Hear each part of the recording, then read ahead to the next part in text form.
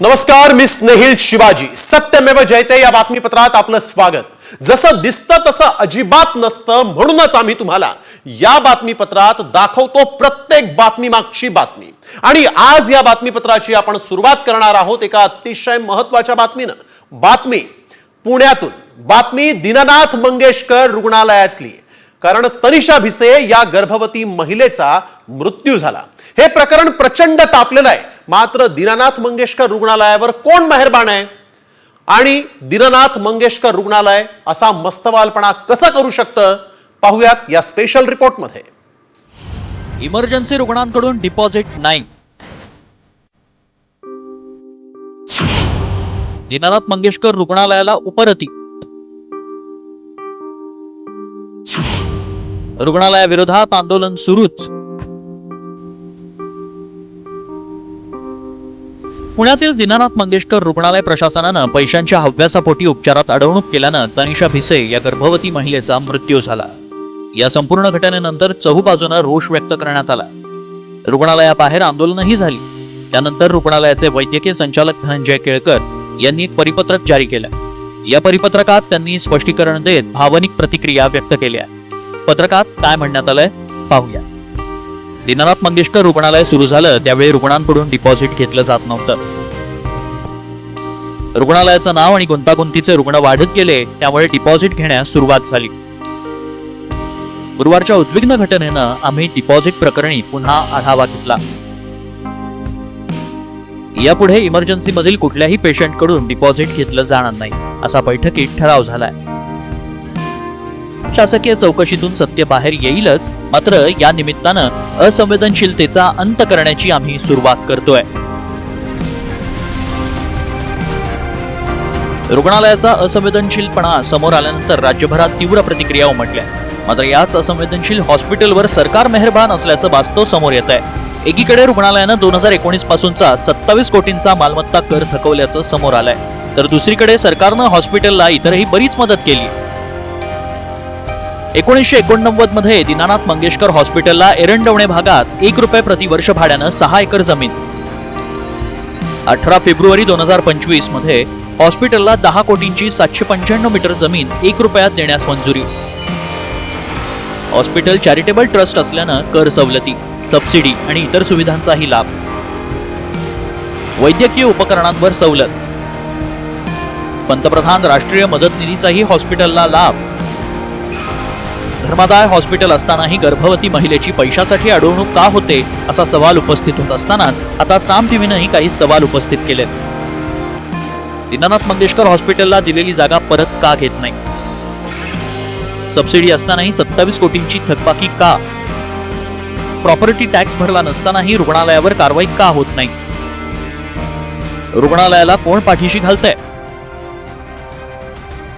रुग्णसेवेचा ब्रीद न पाळता केवळ धंदेबाईक होत चाललेल्या हॉस्पिटलच्या मुजोरपणाला चाप लावण्यासाठी सरकारनं कठोर भूमिका घ्यायला हवी. मात्र अशा रुग्णालयांना पाठीशी घालणाऱ्या यंत्रणेलाही वेळीच वठणीवर आणण्याची आता गरज आहे, तर भविष्यात लाखो तनिषांचे प्राण वाचतील. ब्युरो रिपोर्ट, साम टीव्ही. तर पुण्याच्या दीनानाथ मंगेशकर रुग्णालय प्रशासनाच्या बेजबाबदारपणामुळे या गर्भवती महिलेचा मृत्यू झाला.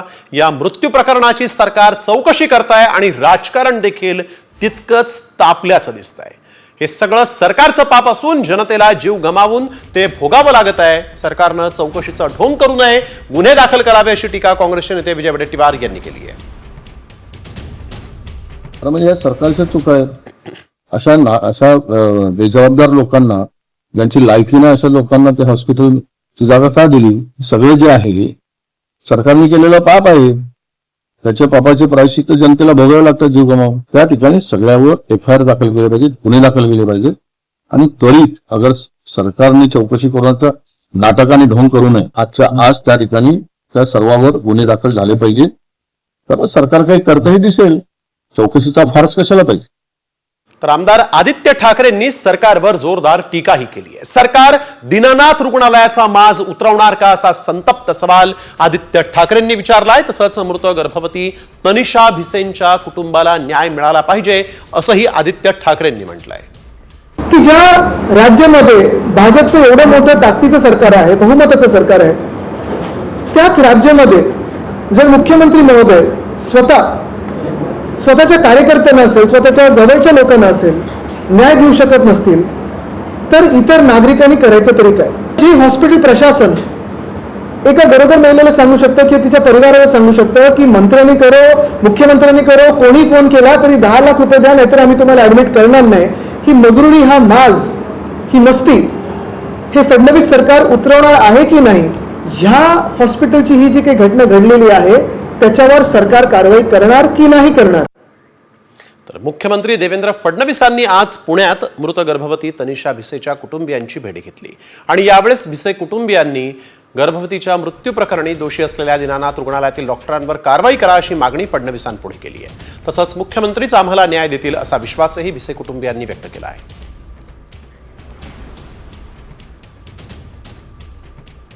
माझी विनंती आहे साहेबांना की त्यांनी आम्हाला न्याय मिळवून द्यावा आणि ते नक्कीच देतील. आणि मी अशी मागणी करते सगळ्यांना, जनतेला मी असं आवाहन करते, साहेबांना विनंती करते की त्यांनी ते घैसास डॉक्टर आणि रुग्णालय प्रशासन यांना कडक कारवाई करून त्वरित ह्याच्यावरती काहीतरी उपाय करावा. दरम्यान दोषींवर कारवाई करून भिसे कुटुंबाला न्याय देणार असल्याचं मुख्यमंत्री देवेंद्र फडणवीसांनी सांगितलेलं आहे. तर भविष्यात अशा घटना होऊ नयेत म्हणून प्रयत्न करणार असल्याचंही फडणवीस म्हणाले.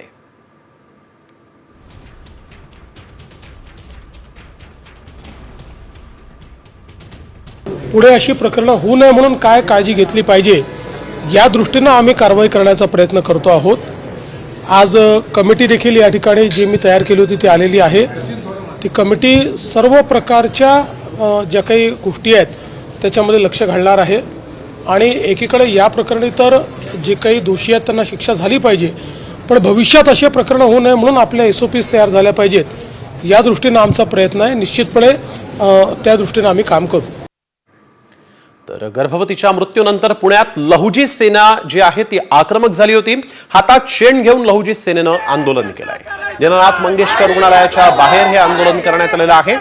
यावेळेस हातामध्ये शेण घेत हे आंदोलन करण्यात आलेलं आहे.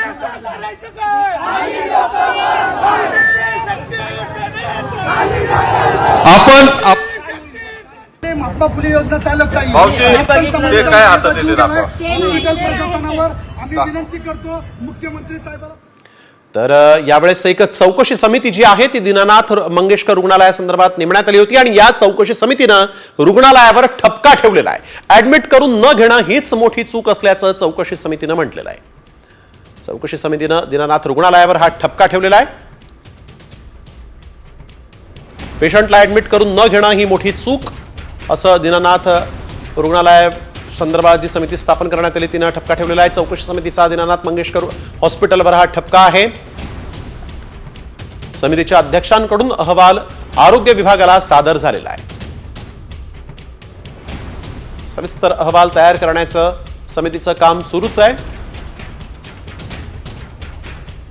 पुढील 2 दिवसात समिती सविस्तर अहवाल सादर करणार आहे. रुग्णाशी संबंधित सर्व कागदपत्र, वैद्यकीय तपासण्यांचे अहवाल याचा समिती अभ्यास करणार आहे.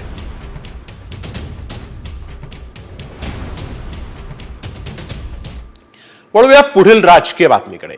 राज ठाकरेंनी, होय, मनसे अध्यक्ष राज ठाकरेंनी पुन्हा एकदा U-टर्न घेतलेला आहे. मराठी भाषेच्या मुद्द्यावर छेडलेलं आंदोलन स्थगित करण्यात आलं. मात्र हे आंदोलन स्थगित करण्यामागची वेळ का आलेली आहे, त्याचं नेमकं कारण काय आणि राज ठाकरेंनी या आधी देखील कधी कधी U-टर्न घेतले होते, पाहूयात सविस्तर या रिपोर्टमध्ये. मुख्यमंत्र्यांचा इशारा, राज ठाकरेंचा U-टर्न. भाजपच्या सोयीसाठी ठाकरेंची माघार. मराठीच्या मुद्द्यावर आंदोलन स्थगित. इकडच्या आस्थापनांमध्ये हमें मराठी बोलना नहीं आता तो क्या हुआ, कानफट इथंच बसणार. गुढीपाडवा मेळाव्यात राज ठाकरेंचा आदेश मिळाला आणि मनसे कार्यकर्त्यांनी सरकारी आस्थापनांमध्ये मराठी भाषेचा आग्रह धरत आक्रमक आंदोलन केलं. मात्र मुख्यमंत्री देवेंद्र फडणवीसांनी आंदोलकांवर कारवाईचा इशारा दिल्यानंतर राज ठाकरेंनी पुन्हा U-टर्न घेतलाय. महाराष्ट्रामध्ये मराठीचा आग्रह करणं हे चुकीचं नाही.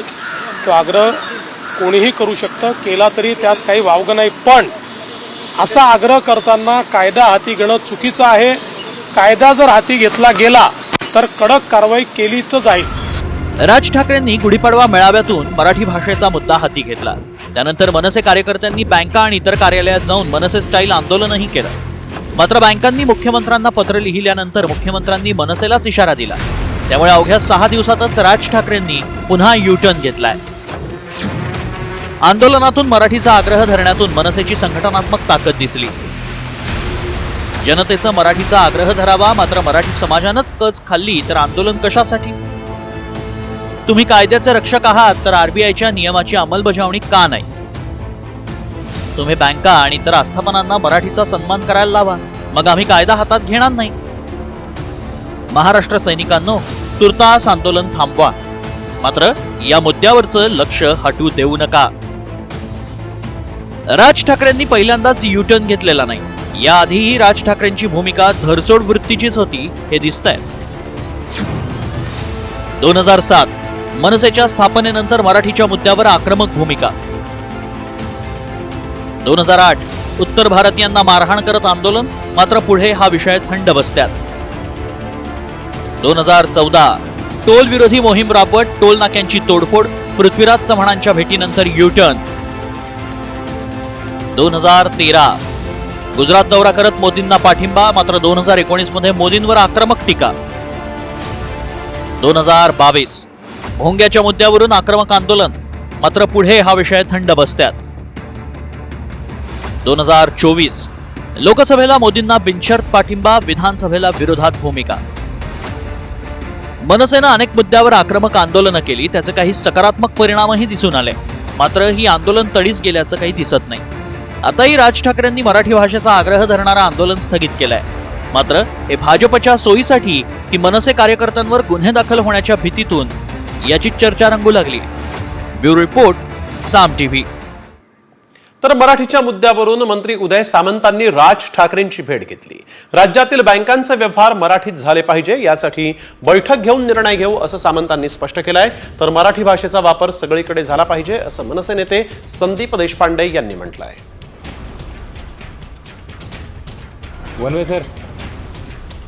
महाराष्ट्रामध्ये मराठीच्या संदर्भामध्ये ज्या काही घडामोडी सुरू आहेत, तर त्या संदर्भामध्ये मला आज मराठी भाषेचा मंत्री म्हणून राजसाहेबांनी बोलवलं होतं आणि इथे येताना मी एकनाथ शिंदे साहेबांना सांगून त्यांची परवानगी घेऊन इथं आलो होतो। ज्या काही बँका असतील त्या बँकांमध्ये मराठीच्या बाबतीमध्ये जो काही निर्णय घेतला जातो किंवा तिथं जे काही गोष्टी घडत आहेत याचा प्रतिबंध कसा करायचा या संदर्भामध्ये राजसाहेबांनी काही सूचना आम्हाला केलेल्या आहेत। जे बाकीचे लोक महाराष्ट्रामध्ये राहतात, परराज्यातील राहतात, त्याचा त्यांना देखील आपण सन्मान देतो, पण माझ्या भाषेचा सन्मान हा कायमस्वरूपी टिकला पाहिजे, हीच भूमिका माननीय राजसाहेबांची आणि तीच भूमिका शासनाची। आज मला असं वाटतं काही मराठी भाषेच्या विषयासंदर्भात चर्चा करायला उदयजी आले होते आणि त्यावर चर्चा झाली। मराठी भाषेचा वापर हा जास्तीत जास्त सगळ्या ठिकाणी झाला पाहिजे, या संदर्भात चर्चा झाली।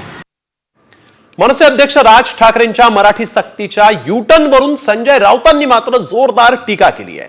राज ठाकरेंनी त्यांची परंपरा पाळली, त्यांना शुभेच्छा आहेत असा टोला देखील संजय राऊत यांनी लगावला।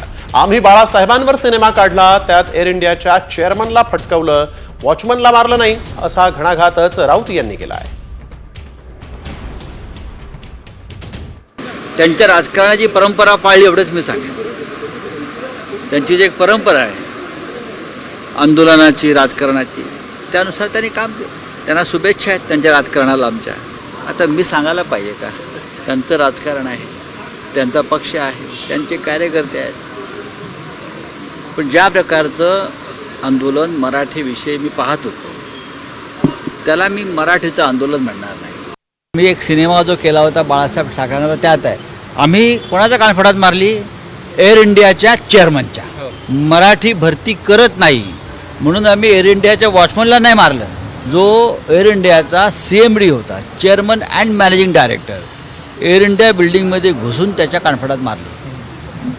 अशा प्रकारे ज्याच्या हातामध्ये निर्णय घेण्याची क्षमता आहे, जो प्रमुख आहे, त्याच्या कानफडात मारली पाहिजे। वॉचमन, शिपाई, चहा देणारा, हां, अशा लोकांना कानफडात मारून का आंदोलन होतं का? तर मराठी आंदोलनावर राज ठाकरेंनी भूमिका मांडली आणि त्यानंतर मात्र त्यांच्यावर आता टीकेची झोड उठली आहे। तर आपण बघतोय राज ठाकरेंना माझ्या शुभेच्छा आहेत, त्यांनी त्यांची परंपरा पाळली, अशा शब्दात संजय राऊतांनी राज ठाकरेंवर टीका केली आहे. मराठीचं आंदोलन थांबवा, बँकांमधील मराठीचं आंदोलन थांबवा, असं राज ठाकरेंनी पत्रक प्रसिद्ध केलं आणि त्यानंतर त्यांच्यावर टीका होऊ लागली आहे. तर राज ठाकरेंनी आंदोलन स्थगित केलं असलं तरी मराठीच्या मुद्द्यावर मनसे कशी आक्रमक झाली होती पाहूया. मराठी ऐकलं पुन्हा एकदा ऐका. मराठी आता तुम्ही नीट ऐकलं असेल. आता जर हे ऐकून तुम्हाला असं वाटत असेल की ही घटना महाराष्ट्राच्या बाहेरची आहे तर तो तुमचा गैरसमज आहे. मस्तवालपणे मराठी गयात तेल लगाने असं मगरुरीत म्हणणारा हा महाराष्ट्रातल्या मुंबईत बसून आपल्या मराठीचा अपमान करतोय. नाही मराठी जरुरी नाही बोलायला, मराठी जरुरी नाही बोलायला. मुंबईतील पवईमधील LNT या कंपनीमध्ये हा सुरक्षा रक्षक मराठीला नाकारतच नाहीये तर धुडकावतोय. आमच्या महाराष्ट्रामध्ये मुंबईमध्ये आम्हाला सांगता, इकडच्या आस्थापनांमध्ये आम्ही मराठी बोलला नाही आता तो क्या हुआ, कानफट इथंच बसणार. राज ठाकरेंनी ही घोषणा केल्याच्या अवघ्या 24 तासात मराठी गया तेल लगाने म्हणणारा हा व्हिडिओ समोर आला आणि महाराष्ट्र नवनिर्माण सेनेच्या कार्यकर्त्यांनी राज ठाकरेंच्या आदेशाचं तंतोतंत पालनही केलं.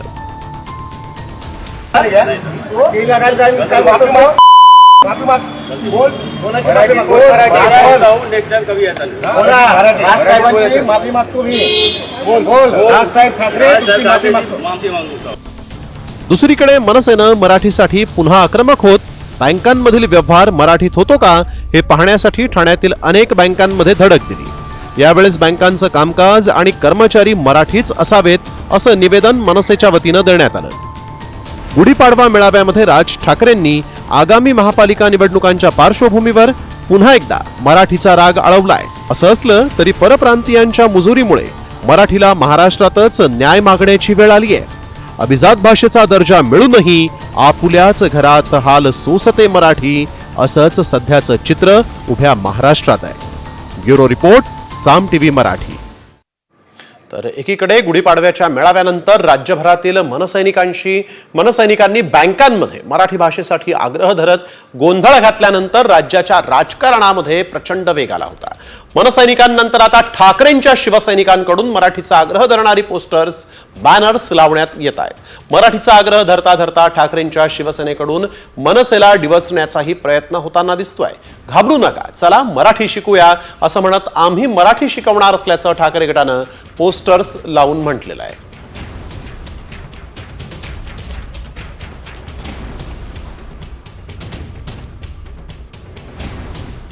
पुढील बातमीकडे. कृषी मंत्र्यांच्या वक्तव्याबद्दल महसूल मंत्र्यांनी माफी मागितली. मात्र हे प्रकरण नेमकं आहे तरी काय? कोकाटेंनी कोणतं वादग्रस्त वक्तव्य केलं आणि त्यावरून विरोधकांनी सरकारचे कसे उट्टे काढलेत? पाहूयात सविस्तर बातमी. नेमकं काय घडलंय या स्पेशल रिपोर्टमध्ये. कोकाटेंना सत्तेची मस्ती.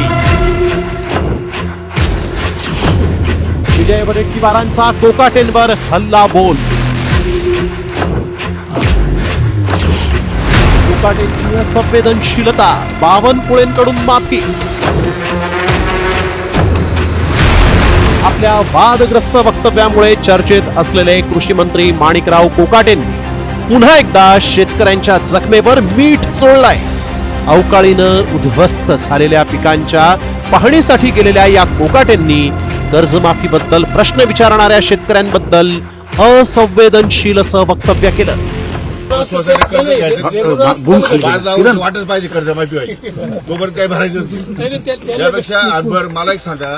आता हे मीडिया चालू आहे, मीडिया असं बोलत नाही.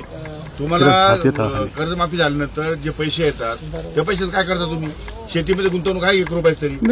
सरकार शेतीमध्ये गुंतवणुकीला पैसे देणार तुम्हाला. आता पोखराच्या माध्यमातून तुम्हाला पाईपलाईनला पैसे आहेत, इरिगेशनला पैसे आहेत, तुम्हाला क्रॉपला पैसे आहेत, शेततळ्याला पैसे आहेत, सगळ्याला पैसे आहेत. भांडवली गुंतवणूक कोण करतं? सरकार. शेतकरी करतं का? शेतकरी म्हणतो विम्याचे पैसे पाहिजे, याचे पैसे पाहिजे, मग साखरपुडे करा, मग लग्न करा. कोकाटेंच्या बेजबाबदार वक्तव्यावरून काँग्रेसनं सरकारवर जोरदार हल्लाबोल केलाय. तर महसूल मंत्री चंद्रशेखर बावनकुळेंनी मात्र कोकाटेंच्या वक्तव्याबद्दल सरकारच्या वतीनं माफी मागण्याची भूमिका घेतली आहे. याला जनतेशी देणं घेणं नसलेलं हे सरकार आहे आणि त्यामुळे शेतकरी आत्महत्या केला काय, शेतकरी गेला काय, यांना काही फरक पडत नाही. यांना वाटतं आमच्याकडे 5 वर्ष आहेत, प्रचंड बहुमत आहे, आमचं कोण काय वाकळं करणार, अशा मिजाजमध्ये आणि गरमीमध्ये मस्तीमध्ये वागणारं हे सरकार आहे. कुठल्याही मंत्री महोदयांनी शेतकऱ्याच्या जखमेवर मीठ तोडू नये. शेतकऱ्याचं नुकसान झालं त्यांना नुकसान भरपाई देणे सरकारची जबाबदारी आहे. खरं तर कोकाटे काय बोलले याबद्दल मला माहिती नाही, पण मी तसं अजून बघेल काय बोलले ते. पण शेतकऱ्याबद्दल सरकार हे पाठीशी उभा आहे शेतकऱ्यांच्या, आणि शेतकऱ्याचे पंचनामे करून त्यांना मदत देणे ही सरकारची जबाबदारी आहे. त्या जबाबदारी मी पार पाडू. काही कोकाटेंनी बोलले असतील तर त्याबद्दल सरकार म्हणून शेतकऱ्याची आम्ही क्षमा मागू.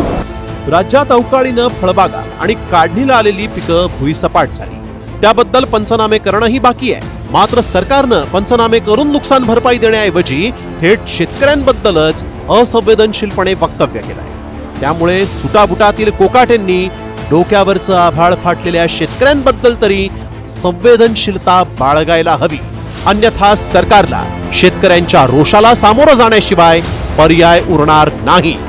ब्युरो रिपोर्ट, साम टीव्ही न्यूज.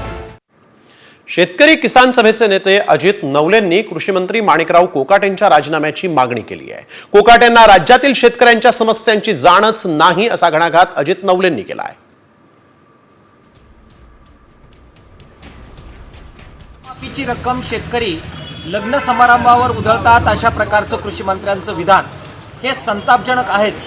मात्र त्याचबरोबर महाराष्ट्राचे शेतकरी शेती कशा प्रकारे करतायत आणि त्यांच्या पुढे काय समस्या आहे याची जाण कृषी मंत्र्याला नाही हे सिद्ध करणारं सुद्धा हे विधान आहे. कृषी मंत्र्यांनी यानंतर राजीनामा दिला तर ते जास्त बरं होईल. त्यांच्या राजीनाम्याची मागणी महाराष्ट्राच्या शेतकऱ्यांच्या वतीनं आम्ही करतो आहे. तर कृषी मंत्री माणिकराव कोकाटेंच्या विधानावरून सदाभाऊ खोतांनी देखील त्यांना खडेबोल सुनावलेले आहेत. राजकारण्यांच्या मुलांच्या लग्नामध्ये जेवढा खर्च होतो तेवढ्या खर्चात अख्ख्या गावाचं लग्न होईल अशी टीका सदाभाऊ खोतांनी केली आहे. जनतेच्या तिजोरीवरती दरोडे टाकून राजकारणातले राजकारणी हे पांढऱ्या कपड्यातले लायसनधारक दरोडेखोर हे आपल्या लेकरा बाळांच्या लग्नावरचे खर्च करतात. तो खर्च जर बघितला तर मला वाटतं एखाद्या गावाच्या अख्ख्या लग्न लेकरा बाळांचं होईल एवढा एक एक राजकारणातला दरोडेखोर आपल्या लेकरा बाळांच्या लग्नामध्ये खर्च करतो. तो यावेळेस कोकाटेंच्या या वक्तव्यानंतर मात्र राजकीय वर्तुळातून संतप्त प्रतिक्रिया आलेल्या आहेत आणि सदाभाऊ खोतांनी देखील कोकाटेंना घरचा आहेर दिलाय. यानंतर वळूया पुढील महत्वाच्या बातमीकडे. माझगाव कोर्टानं धनंजय मुंडेंना मोठा दणका दिला. त्यामुळे करुणा मुंडेंची पोटगी कायम राहण्याचा मार्ग मोकळा झालेला आहे. मात्र हे प्रकरण नेमकं काय आहे, कोर्टात कोणता पुरावा हा गेम चेंजर ठरला, पाहूयात या रिपोर्टमध्ये. धनंजय मुंडेंना कोर्टाचा धक्का. करुणा मुंडेंची पोटगी कायम.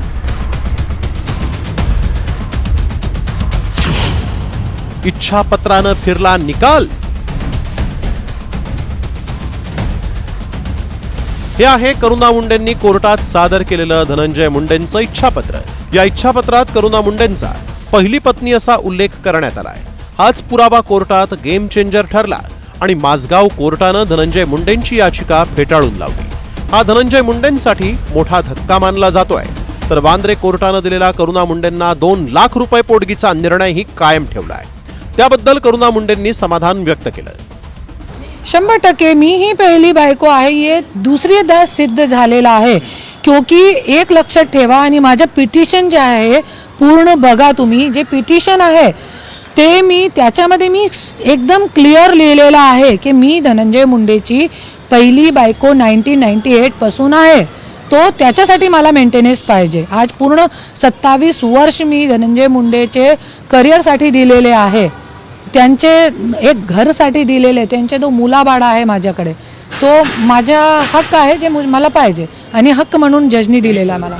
धनंजय मुंडेंनी वांद्रे कोर्टाच्या निर्णयाला आव्हान दिल्यानंतर करुणा मुंडेंनी माझगाव कोर्टात लग्नाचे पुरावे सादर केले. मात्र हे पुरावे खोटे असल्याचा युक्तिवाद धनंजय मुंडेंच्या वकिलांनी केला.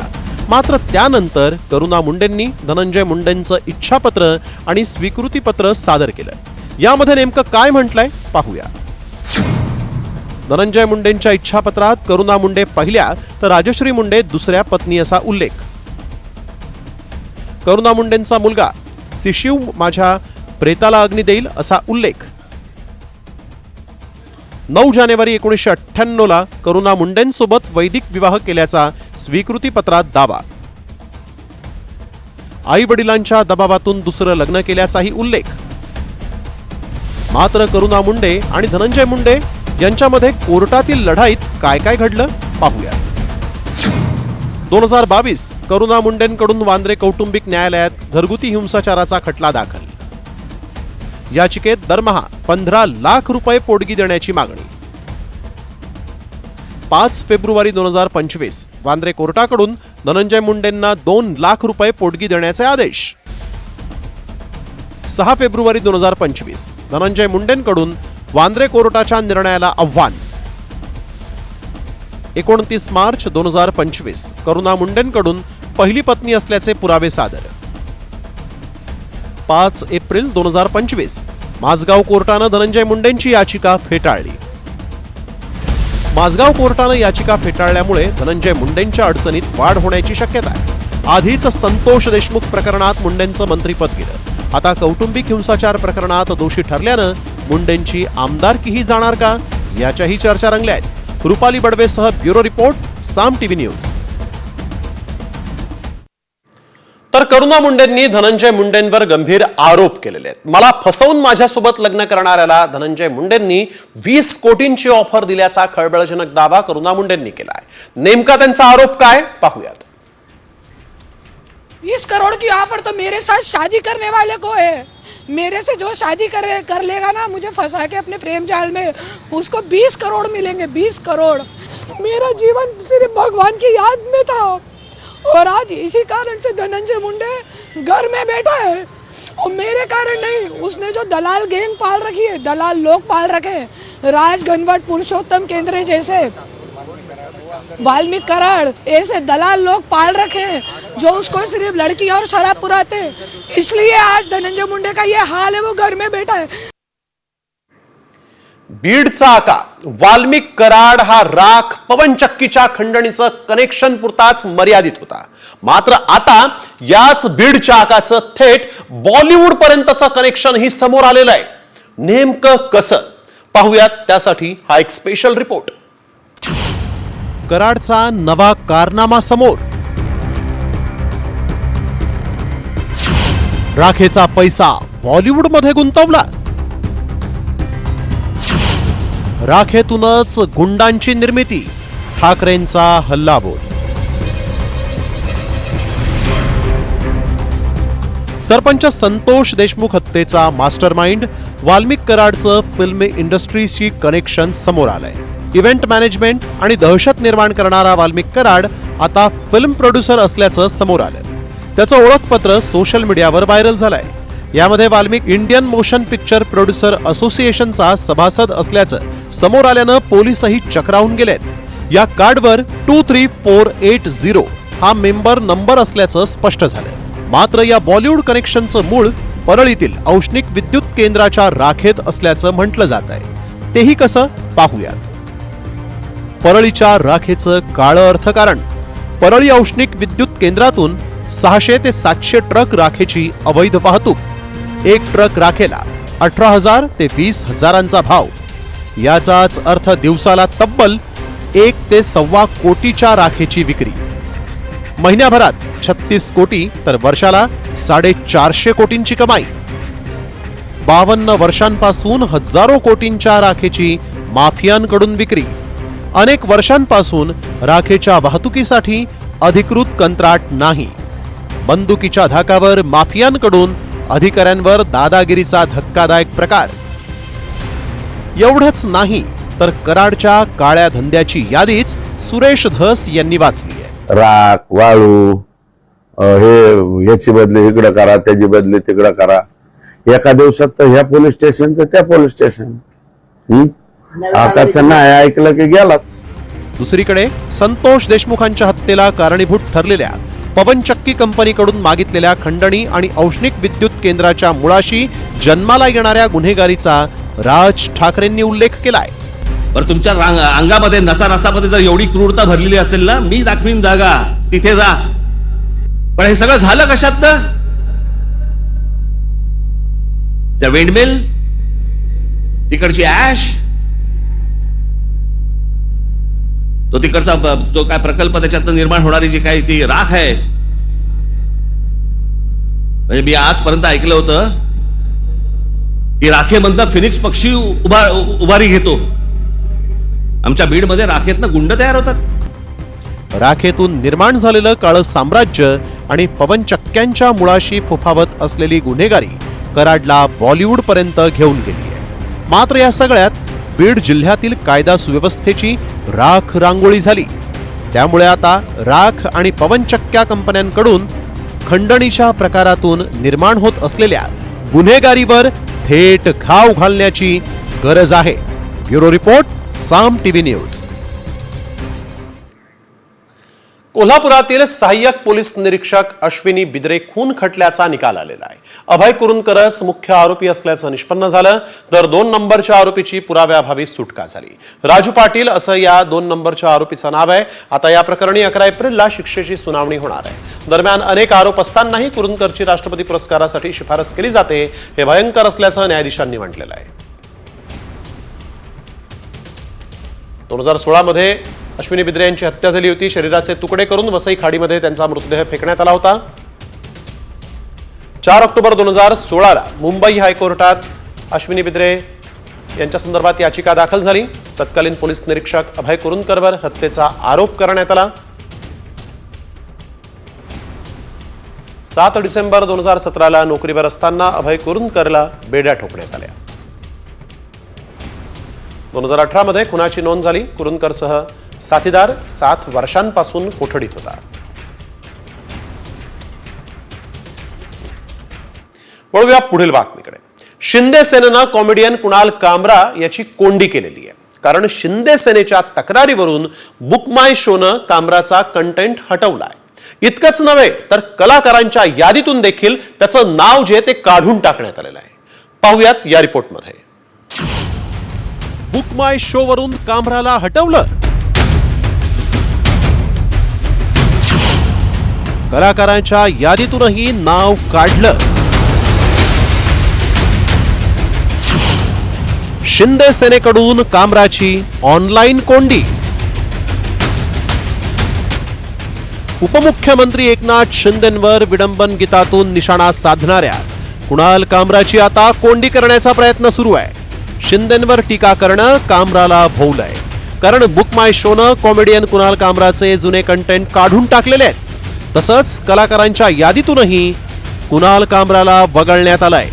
शिंदे सेनेचे नेते राहुल कनाल यांनी या संदर्भात बुक माय शोला पत्र लिहिलं होतं आणि या पत्रात नेमकं त्यांनी काय म्हटलंय पाहूया. कामरा हा भारताचे पंतप्रधान, मुख्यमंत्री, उपमुख्यमंत्री आणि इतर सार्वजनिक व्यक्तींना लक्ष्य करून निंदा आणि बदनामीच्या सतत मोहिमेत गुंतलेला दिसतोय. कामरा यांच्या पूर्वनियोजित, स्क्रिप्टेड, प्रक्षोभक आणि दुर्भावनापूर्ण विधानांनी सातत्यानं नैतिक आणि कायदेशीर सीमा ओलांडल्या आहेत. अशा टिप्पण्यांमुळे केवळ जनतेच्या भावना दुखावल्या जात नाहीत, तर सामाजिक एकोपा बिघडवण्याचीही क्षमता असते. दरम्यान कामराच्या संपत्तीच्या चौकशीची मागणी शिंदे सेनेनं केलेली आहे. जे प्रेक्षक त्या दिवशी कार्यक्रमाला उपस्थित होते त्यांचाही पोलिसांकडून आता जबाब नोंदवला जाणार आहे. तर कामराला खार पोलीस स्थानकामध्ये उपस्थित राहण्यासाठी पोलिसांनी 4थं समन्स बजावलं. दुसरीकडे कुणाल कामरानं मद्रास हायकोर्टामधून 7 एप्रिलपर्यंत अंतरिम जामीन मिळवलाय. आता मुंबई पोलिसांच्या कारवाईतून कुणाल कामरा सही सलामत सुटणार की शिंदे गट त्याची आणखीन कोंडी करणार, याकडे सगळ्यांचंच लक्ष लागलंय. ब्युरो रिपोर्ट, साम टीव्ही मराठी. तर कॉमेडियन कुणाल कामरा याला खार पोलीस स्थानकात आज उपस्थित राहण्याचे पोलिसांनी आदेश दिले होते. कुणाल कामरा याला पोलिसांनी आतापर्यंत 3दा समन्स बजावलेला आहे. उपमुख्यमंत्री एकनाथ शिंदे यांच्यावर विडंबनात्मक कविता सादर केल्याप्रकरणी शिवसैनिकांनी गुन्हा दाखल केला होता आणि या संदर्भात जबाब नोंदवण्यासाठी पोलिसांनी त्याला समन्स बजावले होते. कुणाल कामरा आज खार पोलीस स्थानकामध्ये उपस्थित न राहिल्यास पोलीस अटकेची नोटीस काढू शकतात.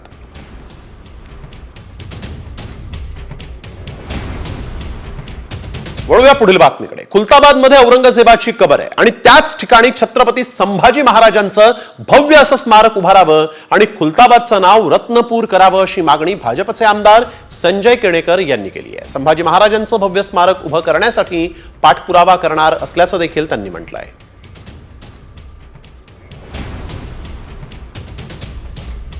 ज्या खुलताबादमध्ये रत्नपूरमध्ये त्या औरंगजेबाचं थडगं आहे, त्या आमच्या रत्नपूरमध्ये भावी पिढीला इतिहास लक्षात राहावा या दृष्टिकोनातून छत्रपती संभाजी महाराजांचं भव्य स्मारक त्या रत्नपूरमध्ये व्हावी अशी सर्व जणांची मागणी आहे. ती मागणी घेऊन मी मुख्यमंत्र्यांना भेटणार.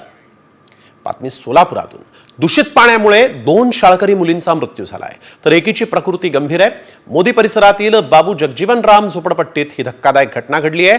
भाग्यश्री म्हेत्रे आणि जिया म्हेत्रे अशी या 2 मुलींची नावं आहेत तर जयश्री म्हेत्रे या 18 वर्षाच्या मुलीची प्रकृती गंभीर आहे.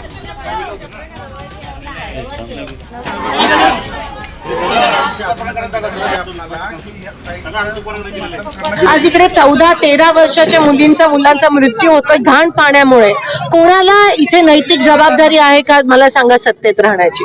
जर साधं पाणी तुम्ही अजूनही नागरिकांना देऊ शकत नाही, वारंवार सांगून सुद्धा घसा आमचा कोरडा झालाय बोलून, ह्या लोकांना तर घाण पाणी त्यांच्या घशाखाली हे लोक ओततायत. हा एवढा मोठा पाप शासनाकडून होतोय. लवकरात लवकर चांगलं पाणी प्यायला येईल असं पाणी सोलापूरला सप्लाय झाला पाहिजे. गरमी उन्हाळा आहे, सोलापुरात पाऊस उशिरा होतो, पाण्याचं नियोजन झालं पाहिजे. दर 2 दिवसात लोकांना पाणी मिळालं राहतात त्या सगळ्या गल्लीला अनेक महिना किंवा एखाद्या वर्षभरापासून काही कालावधीसाठी घाण पाणी येतं. मेन चौकात काहीतरी चेंबर मधनं पिण्याची पाईपलाईन गेलेली आहे. त्या चेंबर मध्ये ज्यावेळेस गाळ असतो त्यावेळेस यांना घाण पाणी येतं आणि ते चेंबर साफ केल्यानंतर इतर काळी त्यांना पाणी स्वच्छ येतं. आणि आता मागच्या 8-10 दिवसात घाण पाणी आलेलं आहे आणि ते पाणी पिल्यामुळे झालं आहे असं त्या कुटुंबाचं मत आहे. ज्या ज्या ठिकाणी कुठल्या चेंबर मधनं जर काय पिण्याची पाईपलाईन पास असतील तर त्या बदलून घेण्याच्या सूचना देऊयात, जेणेकरून इथून पुढे असा प्रकार घडणार नाही. प्रत्येकाचा प्राण महत्वाचा आहे.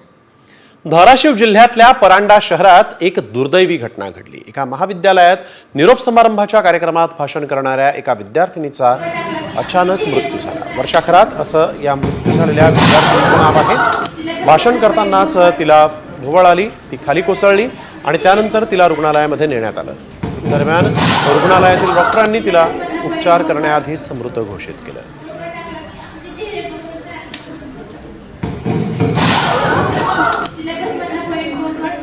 तर एक धक्कादायक बातमी बदलापुरातून.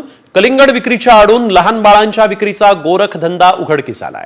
बदलापुरात फॉरेस्ट विभागानं कारवाई करत एका आरोपीला बेड्या ठोकल्यात. कलिंगड विक्रेता तरुण साळवेच्या विरोधात मानवी तस्करीचा गुन्हा दाखल करण्यात आला. आरोपी तुषार साळवे याला 2023 मध्ये देखील ठाणे नगर पोलीस ठाण्यामध्ये अशाच बाळ विक्रीच्या गुन्ह्यात अटक झाल्याची बाब समोर आलेली आहे.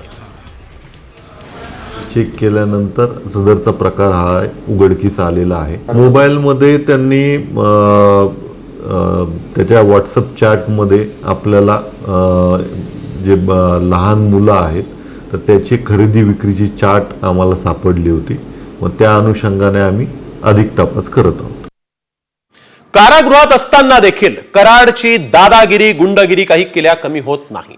संतोष देशमुखांच्या हत्येची आठवण करून देत या कराडनं आणखीन एक धमकी दिली आहे.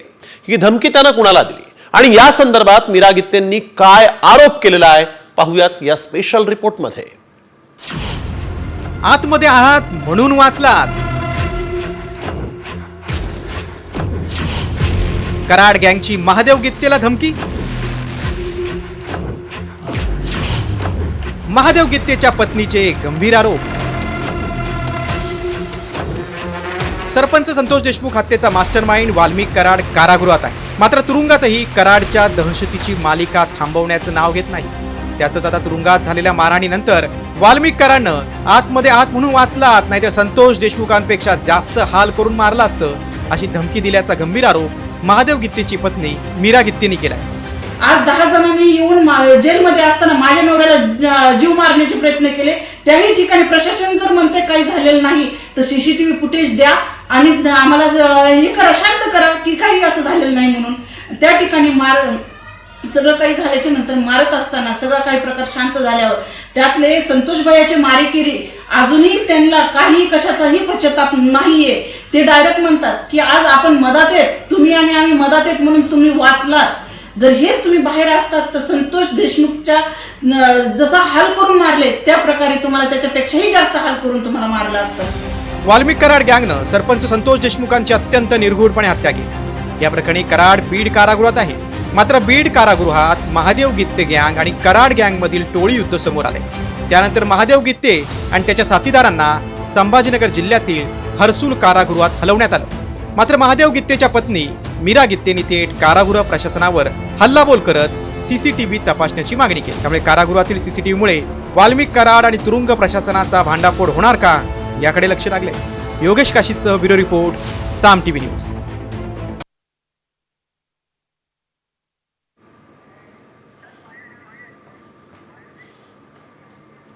तर एक महत्वाची बातमी यावेळेस समोर आलेली आहे. सर्व पालकांना आणि त्यांच्या मुलांसाठी आई वडिलांना घराबाहेर काढणं महागात पडणार आहे. पालकांना त्रास दिल्यास सरकार घराबाहेर काढणार आहे. कारण राज्य सरकार आता मोफत कायदेशीर मदत पीडित आई वडिलांना देणार आहे. नीट ऐका, तुम्ही तुमच्या आई वडिलांना घराबाहेर काढण्याचा विचारही करू नका, नाहीतर तुमच्यावरच घराबाहेर राहण्याची वेळ येईल. वृद्ध पालकांना राज्य सरकारकडून मोफत कायदेशीर मदत देण्यात येणार आहे. ज्यांच्या मुलांनी आई वडिलांना घराबाहेर काढलंय त्यांनी आमच्याकडे अर्ज करावा, असं आवाहनच पुण्याच्या निवासी उपजिल्हाधिकारी ज्योती कदमांनी केलंय. जे ज्येष्ठ नागरिक आहेत त्यांना मुलांनी घराच्या बाहेर काढलेलं आहे किंवा त्यांची काळजी घेत नाही, त्यांना जेवायला खायला प्यायला देत नाही, काही मेडिकलची सुविधा असेल तर त्यांना ती पुरवत नाही, तर अशा काही तक्रारी आमच्याकडे प्राप्त झाल्या तर या कायद्यान्वये आपण त्यांना दिलासा देऊ शकतो. जे मुलांनी घराच्या बाहेर काढलेलं आहे त्यांच्या आईवडिलांना, जे की त्यांच्या स्वतःच्या नावानं ते घर आहे, तरीही मुलांनी घराच्या बाहेर काढलं असेल तर आपण त्या मुलांना सांगू शकतो की एकतर तुम्हाला यांना घरात ठेवावं लागेल किंवा आपण अशाही पद्धतीने करू शकतो की त्या मुलांना त्यांच्या घरातून बाहेर काढून आई वडिलांना त्यांच्या घरामध्ये राहण्याचा हक्क देऊ शकतो. भारताच्या हाती मोठा खजिना सापडलाय. देशात मोठ्या प्रमाणावर सोन्याचे साठे सापडले आहेत. कोणते राज्य आहेत आणि किती सोन्याचा साठा इथं सापडलाय पाहूयात या स्पेशल रिपोर्टमध्ये. भारताला जॅकपॉट, देशात सापडली सोन्याची खाण. अर्थव्यवस्थेत परिवर्तन घडणार. जहां डाल डाल पर सोने की चिड़िया करती है बसेरा, वो भारत देश है मेरा, वो भारत देश है मेरा, असं वर्णन भारताचं केलं जात होतं. एकेकाळी भारतात सोन्याचा धूर निघत होता असं म्हटलं जायचं. देशात सोन्याचा दर काही दिवसातच 1 लाखाचा ऐतिहासिक आकडा पार करण्याच्या उंबरठ्यावर आहे. अशा स्थितीतच एक आनंदाची बातमी समोर आली. भारतात सोन्याची खाण सापडली. तांब्याचा शोध घेता घेता देशातील शास्त्रज्ञांनी सोन्याची खाण शोधून काढली. पाहूया कुठे सापडली सोन्याची खाण. नैसर्गिक साधन संपत्ती आणि खनिजांचं केंद्र मानलं जाणारं ओडिशा राज्य हे सोन्याच्या खजिन्यासाठी पुन्हा चर्चेत आले. शास्त्रज्ञांनी राज्यात सोन्याचा मोठा साठा शोधून काढलाय. नजीकच्या भविष्यात या सोन्याच्या खाणींचा लिलाव केला जाणार आहे. खडकांचा आणि खनिजांचा अभ्यास करणाऱ्या संशोधकांना ओडिशातील सुंदरगड, नबरंगपूर, केओंझार आणि देवगड या जिल्ह्यांमध्ये सोन्याचा मोठा साठा सापडलाय. जिओलॉजिकल सर्व्हे ऑफ इंडिया ही संस्था सोन्याचा शोध प्रक्रियेवर बारकाईने लक्ष ठेवणार आहे. असंही भारतीयांचं सोनप्रेम काही कमी नाही. वर्ल्ड गोल्ड काउन्सिलच्या अहवालानुसार भारतीय महिलांकडे अंदाजे तब्बल 24,000 टन सोनं आहे, जे जगातील एकूण सोन्याच्या साठ्यापैकी 11% आहे. एकीकडे सोन्याच्या किमती सर्वसामान्यांच्या आवाक्याबाहेर जात असताना ओडिशातील सोन्याचा साठा दिलासादायक आहे. त्यामुळे ओडिशाच नाही तर देशाच्या अर्थव्यवस्थेला देखील चालना मिळण्याची अपेक्षा आहे. ब्युरो रिपोर्ट, साम टीव्ही. मराठवाड्यामध्ये गारपीट आणि अवकाळी पावसामुळे 53 गावांमध्ये 871 हेक्टरवरील पिकांचं नुकसान झालं. छत्रपती संभाजीनगर, परभणी, बीड आणि लातूर या 4 जिल्ह्यांना अवकाळीचा फटका बसला. विभागीय आयुक्तांनी नुकसानीच्या पंचनाम्याचे आदेश सर्व जिल्ह्यांना दिले आहेत. बीडमध्ये एकाचा वीज पडून मृत्यू झाला तर 15 जनावरं देखील दगावली आहेत.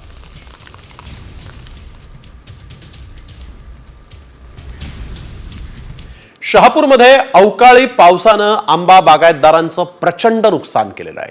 झाडं भुईसपाट झालेली आहेत. हातातोंडाशी आलेला घास हिरावून गेल्यामुळे बागायतदार हवालदिल झाले आहेत. आता पुन्हा नव्यानं आंब्याची लागवड करण्यासाठी पैसा कुठून आणायचा याचीच चिंता शेतकऱ्यांना आहे.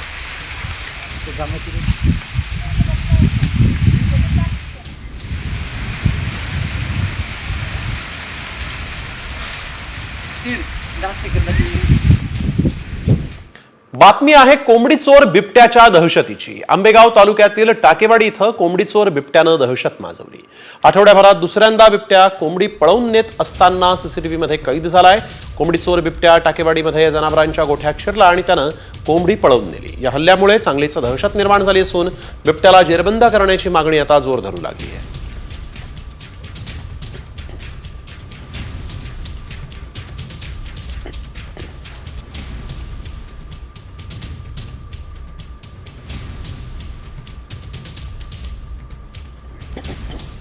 शिर्डीमध्ये 3 दिवसीय रामनवमी उत्सवाला भक्तिमय वातावरणात सुरुवात झाली. काकड आरतीनंतर साईबाबांची प्रतिमा, पिणा आणि पोथीची मिरवणूक काढून उत्सवाला प्रारंभ करण्यात आलेला आहे. साईबाबांनी त्यांच्या हयातीत रामनवमी उत्सव सुरू केला होता. यंदा उत्सवाचं 114वं वर्ष आहे. सौदी अरेबियाच्या साई भक्ताकडून साई मंदिराला आकर्षक अशी फुलांची सजावट करण्यात आली. रामनवमीला उद्या साई मंदिर भक्तांना दर्शनासाठी रात्रभर खुलं राहणार आहे.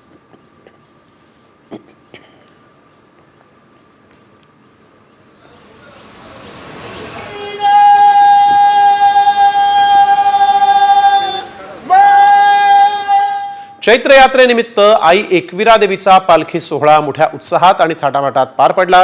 राज्यातल्या लाखो कोळी आणि आगरी बांधवांनी कार्ला गडावर मोठी गर्दी केली.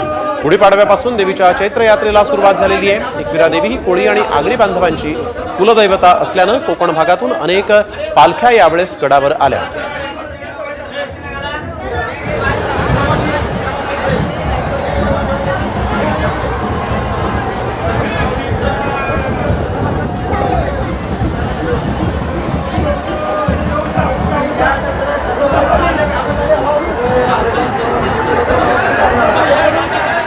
तुम्ही घिबली स्टाईल फोटो तयार केलाय का? मग ही बातमी तुमच्यासाठी अत्यंत महत्वाची आहे. कारण घिबलीमुळे तुमचं बँक खातं रिकामं होऊ शकतं असा दावा करण्यात आला. खरंच असं होऊ शकतं का याची आम्ही पडताळणी केली आणि त्यावेळेस काय सत्य समोर आलं पाहूया. घिबली करेल बँक खातं रिकामं.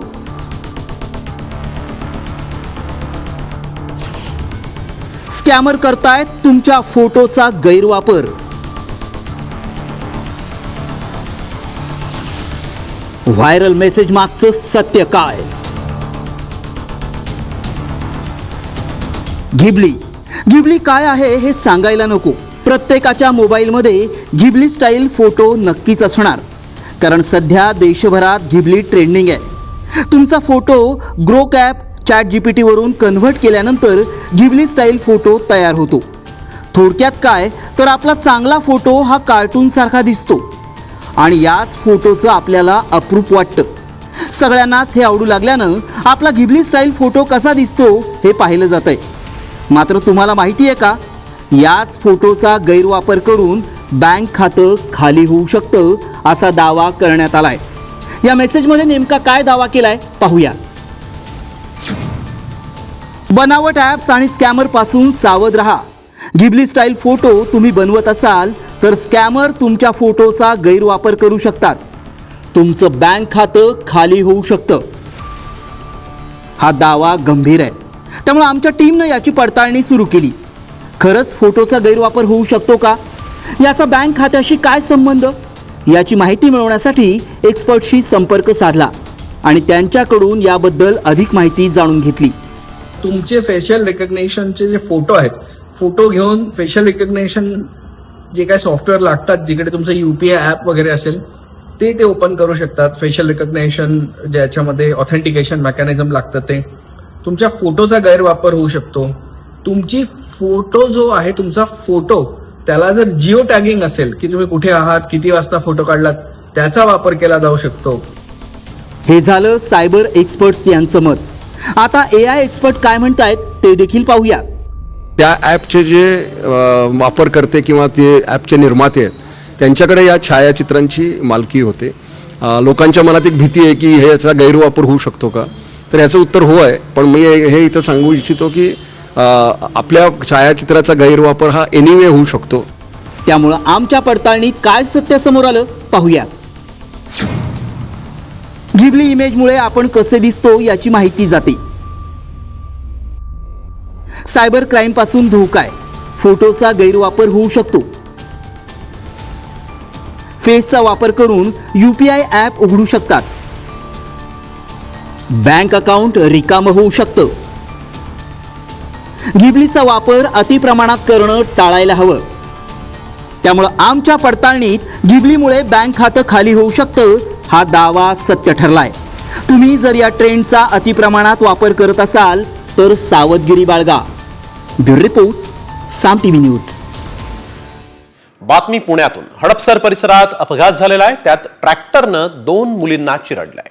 जखमी मुलीवर उपचार सुरू आहेत. ब्रेक फेल झाल्यामुळे ट्रॅक्टर कारवर धडकला आणि त्यावेळेस बाजूने जाणाऱ्या मुलींना उभ्या असलेल्या कारची उलट धडक बसल्यानं मुली जखमी झालेल्या आहेत.